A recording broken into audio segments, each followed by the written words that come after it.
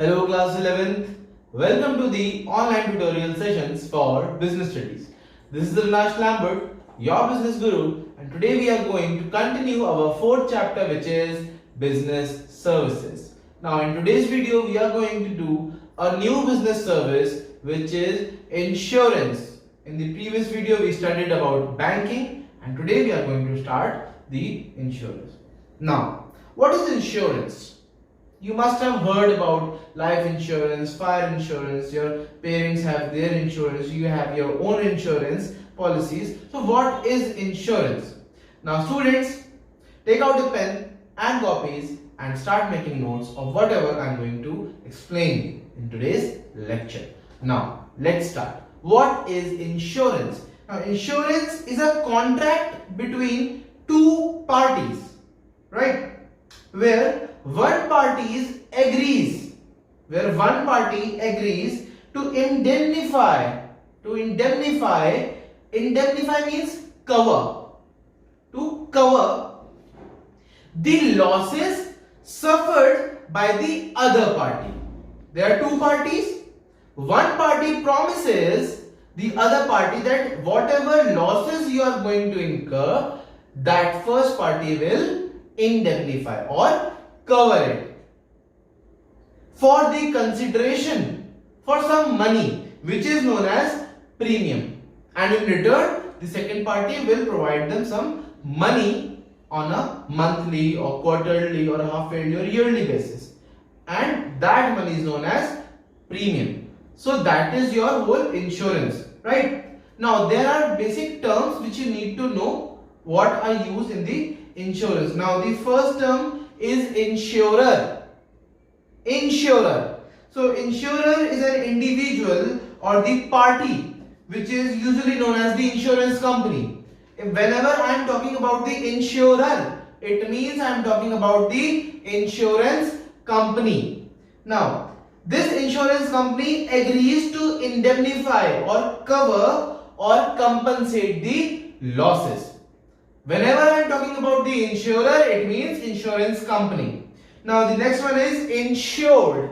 Now insured is the person or the property subject to risk is called insured. From whom? The insurance company. The insurance company is providing some compensation to whoever. Suppose I have taken a life insurance from the insurance company. Then I am the insured one. Or that property on which the insurance has been taken, that is the insured. Subject of risk. Wherever there is a subject of risk, that is the insured. Suppose I have taken insurance policy, life insurance policy for myself, I am the insured because subject matter of risk is me. If I have taken on the property or on my go down so that fire does not cause it and destroys my goods, then in that case my property, my goods are the subject of risk. So those goods are insured.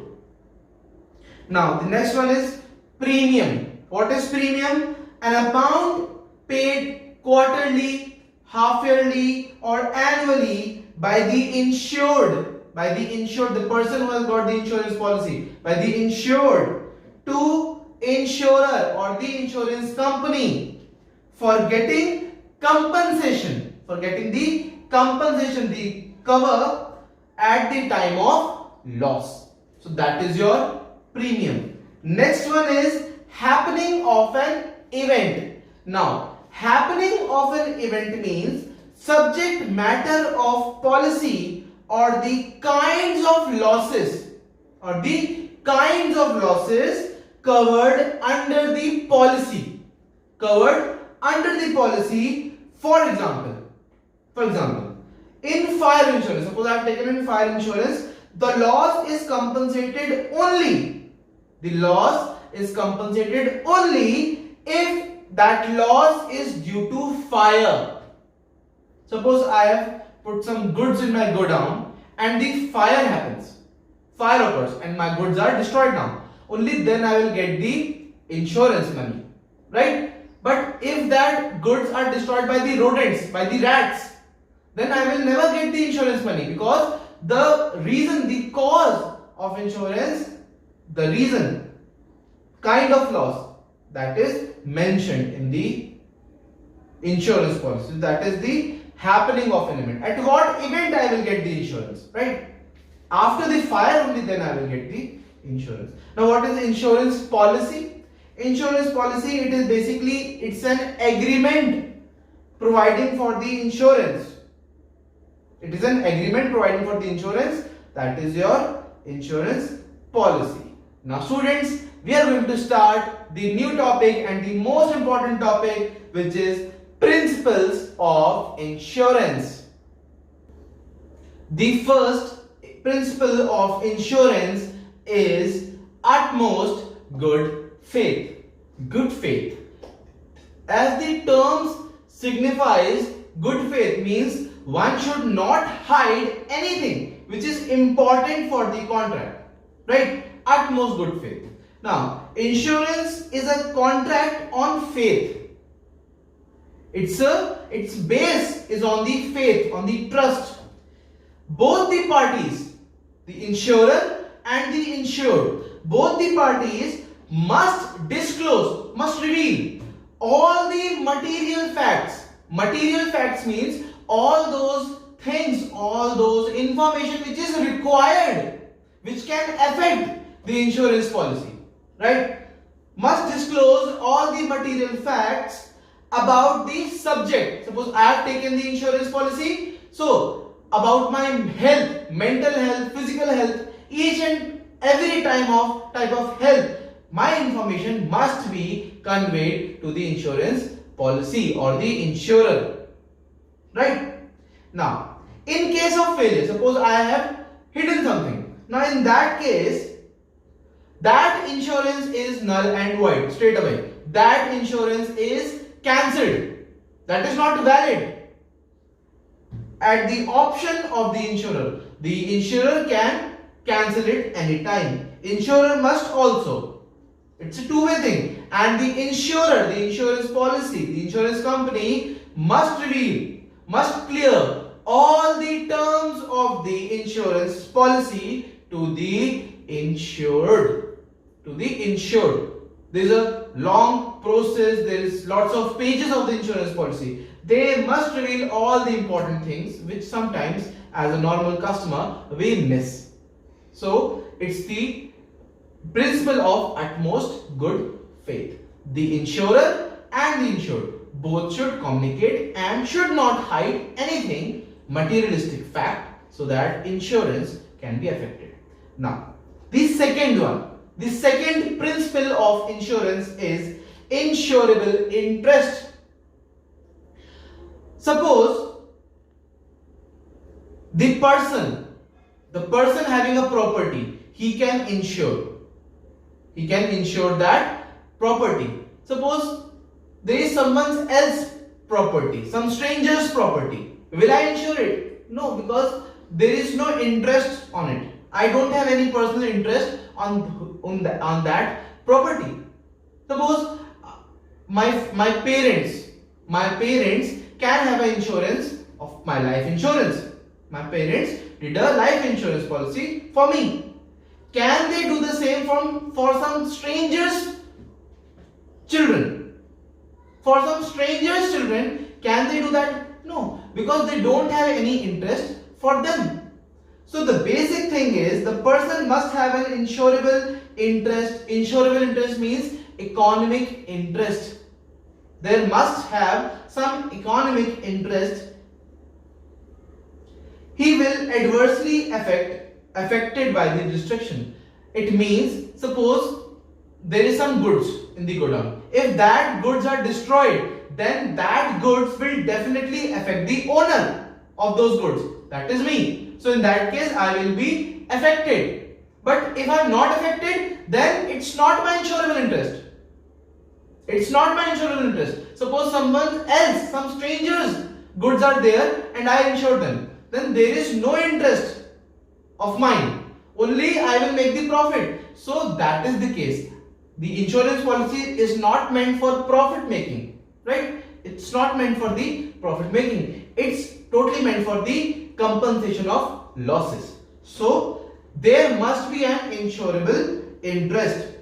Insured, the person who has having the insurance must own, he must be the owner of some property or the complete property. For example, one can take life insurance for his wife or for his husband, but not for the strangers. I can take the life insurance policy for my children, but I cannot take life insurance policy for others' children. That's the thing. So that is your insurable interest. Now, the third principle of insurance is indemnity. Indemnity. Now, insurance is not a contract of making profit. Insurance policies are not meant for making profit. The sole purpose of insurance is to bring back the insured in same financial position. Suppose this businessman, he has a godown. In that godown, he has some goods, lots of goods, and those goods have suffering the fire, and due to that fire, that businessman faces the losses. Then his loss is so much that he is not in the same financial position before the fire break. So the insurance company helps him to recover, to cover back to the same financial position. That's the thing. They are not meant for making profits. So that's the principle of indemnity, that insurance is not meant for profit. The purpose of insurance is to bring back the insured in the same financial position. For example, the policy is for rupees 2 lakhs. I have done the policy for this whole room for 2 lakhs. Now, fire occurs in my room and the total loss which I faced was rupees 1 lakh. The loss was of rupees 1 lakh. Then the insured, the person who has insured that, will get only 1 lakh rupees, not 2 lakhs. Even though I have taken the policy of 2 lakh rupees, but it depends on the loss. How much loss I am suffering, only that loss will be compensated, right? Because my loss is rupees 1 lakh, and if I receive 2 lakhs, I will be making profit. No, profit is not the reason, because insurance is there just to reach on the same financial level. Understood? Now, the next one, the fourth principle of insurance is contribution.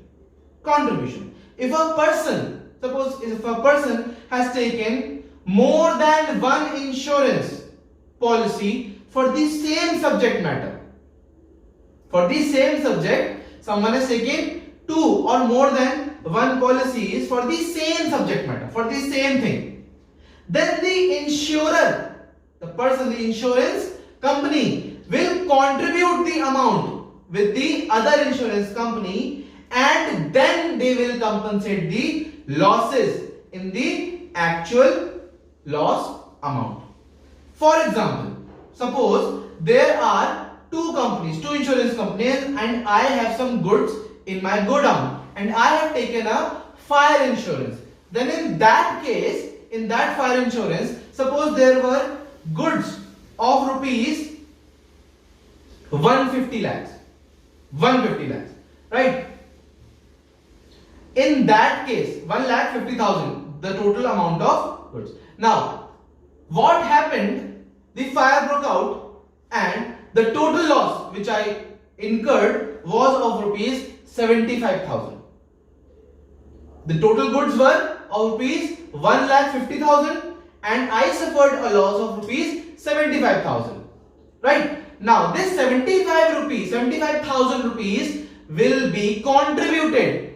I will not receive 75,000 from both the parties. No, that's wrong. Both the parties will sit together. They will contribute.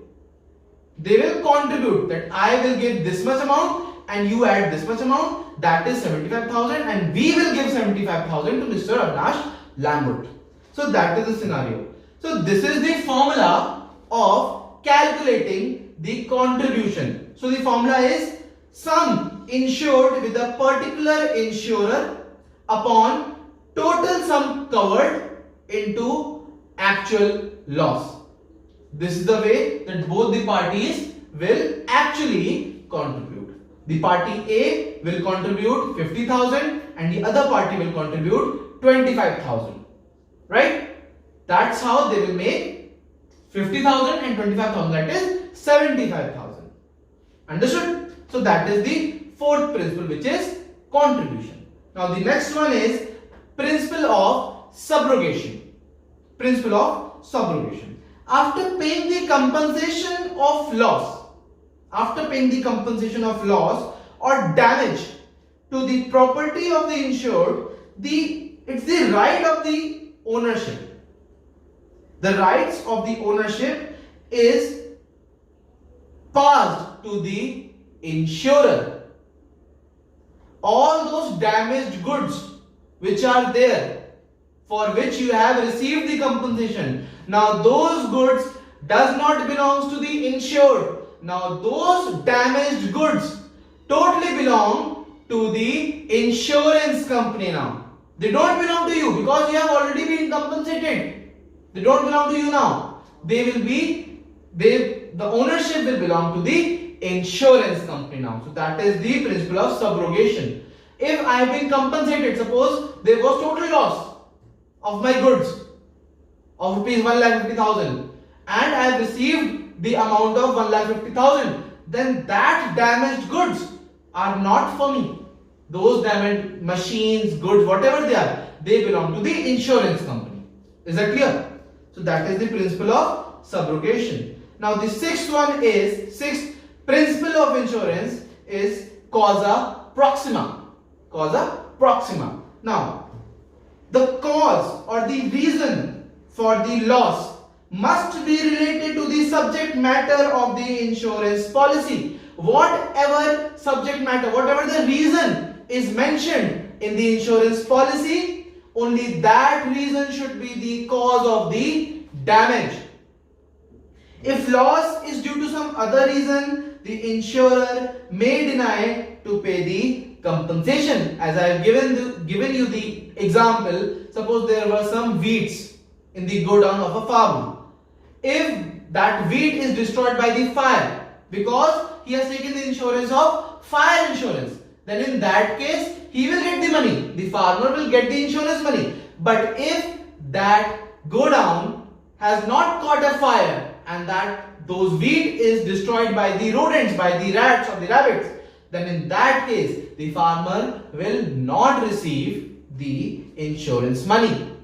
That is the principle of causa proxima. Means the reason, the cause which is mentioned in the insurance policy, that reason must be the only reason for the loss of the property or whatever is the subject matter.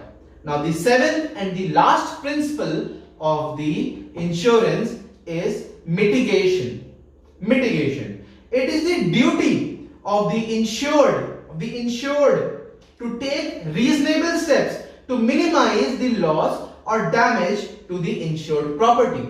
Now this principle says that suppose I have taken a fire insurance and there is a fire in my house. Then it's not like I am sitting there and enjoying the popcorn. Let it burn. I have taken my insurance policy. No, that's wrong. That's not the thing. The principle of mitigation says if there is a fire in your house, then you must go and try to save all your important goods. Try to minimize your loss.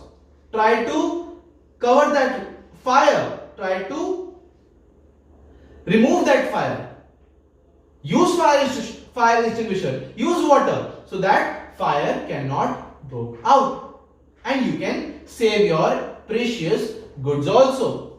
So the principle of mitigation says that you must take reasonable steps to minimize the loss or damage. Is that clear? Now students, these are your principle of insurance. I hope you have understood them. In the next video, we are going to study about the different types of insurance. Now students, that's all for this video. Stay home, stay safe and see you soon.